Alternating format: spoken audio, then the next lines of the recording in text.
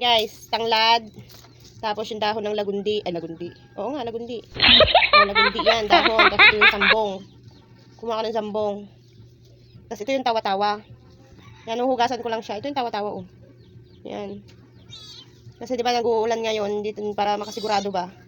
Ayan, tawa-tawa yung binunot ko na. Hugasan ko na lang siyang igit, tapos ilalaga ko.